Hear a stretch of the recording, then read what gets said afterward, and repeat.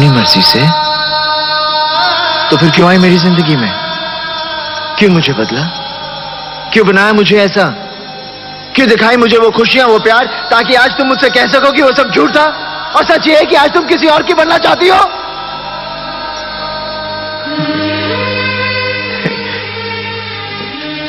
काजल, मैं जानता हूं कि तुम सिर्फ मुझसे प्यार करती हो, सिर्फ मुझसे।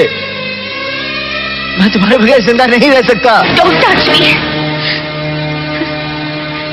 हम किसी दूसरे की अमानत है। नहीं, तुम सिर्फ मेरी हो और किसी की नहीं हो सकती। हम दोनों के बीच अगर कोई आया तो समझो वो मर गया। काजल, इन हाथों ने सिर्फ हथियार छोड़े हैं, चलाना नहीं भूले। अगर इस चौखट पर बारात आई तो डोली की जगह उनकी अर्थियां उठेगी, और सबसे पहले अर्थी उसकी उठेगी जिसके सर पर सहरा होगा। लाशें बिछा दूंगा, लाशें।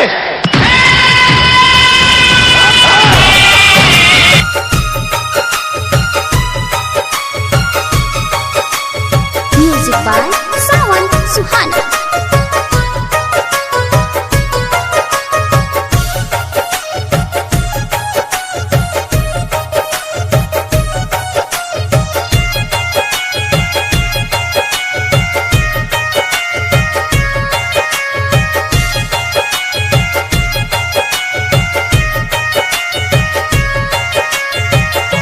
हमके भुला के दोसरा के पाकी जत बाड़ू गोरी तू रुला के। हमके भुला के दोसरा के पाकी जत बाड़ू गोरी तू रुला के।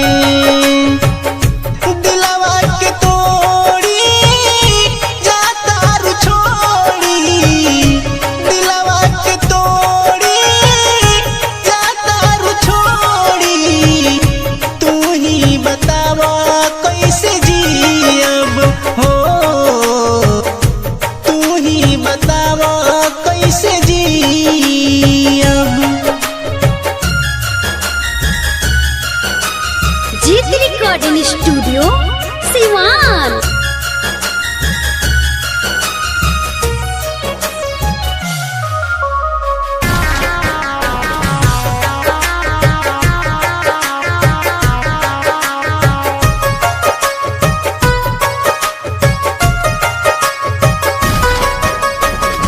काल तुहरा मंगिया में हो दूसरा नाम के सिनुरा भरी।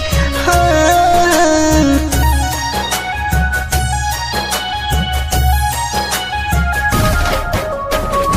काल तुहरा मंगिया में हो दूसरा नाम के सिनुरा भरी। हमारा तू खून के, तू बूंद बूंद की रानी हो में हादी रचैया। दिलवा के तोड़ी जाता रु छोड़ी, दिलवा के तोड़ी जाता रु छोड़ी। तू ही बतावा कैसे जियब हो, तू ही बतावा कैसे जियब।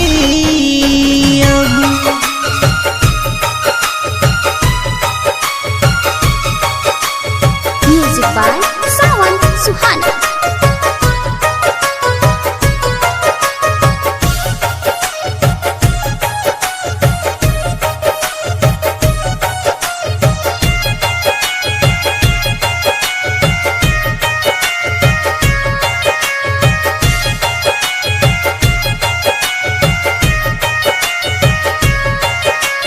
राइटर बीस के प्यार के कचार हो जालू बे